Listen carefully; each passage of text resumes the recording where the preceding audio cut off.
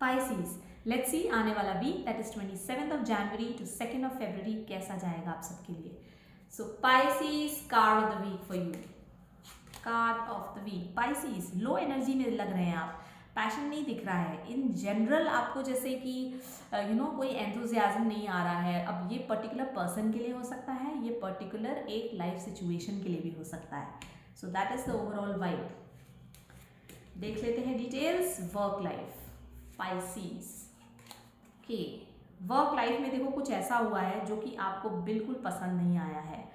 किसी ने आपकी कोई बात कह दी है बॉस से या किसी और कॉलीग से, या किसी ने कुछ चीट किया है आपको, कुछ चोरी किया है, या something like that is happening in the work life. So be very careful. Trust तो बिल्कुल भी नहीं बनता है इस हफ्ते. और मनी रिलेटेड मैटर्स में भी पूरी ट्रांसपेरेंसी हो, ऑथेंटिसिटी हो, तो ही उस डील को आप साइन करिएगा. Okay, let's see the love life Pisces.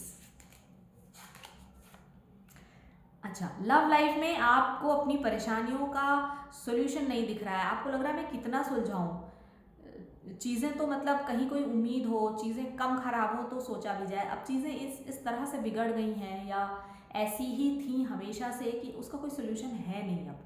सो आप बेचैन हैं उस चीज़ को लेके, एंड अगेन एक प्रॉब्लम आप सॉल्व करते हैं, दूसरी प्रॉब्लम आ जाती है. So that ways you have become exhausted. So that is how the love life is. New beginnings के लिए तो बिल्कुल भी नहीं है समय. Okay, let's see the angel guidance. Pisces, angel guidance for you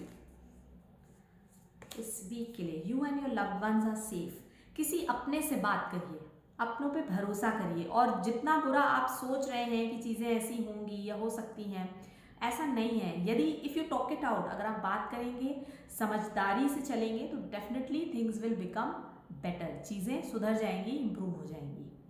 so that was the reading. अगर आप रिलेट कर पाए हैं तो मुझे ज़रूर से बताइए कमेंट्स में. Take care and all the best.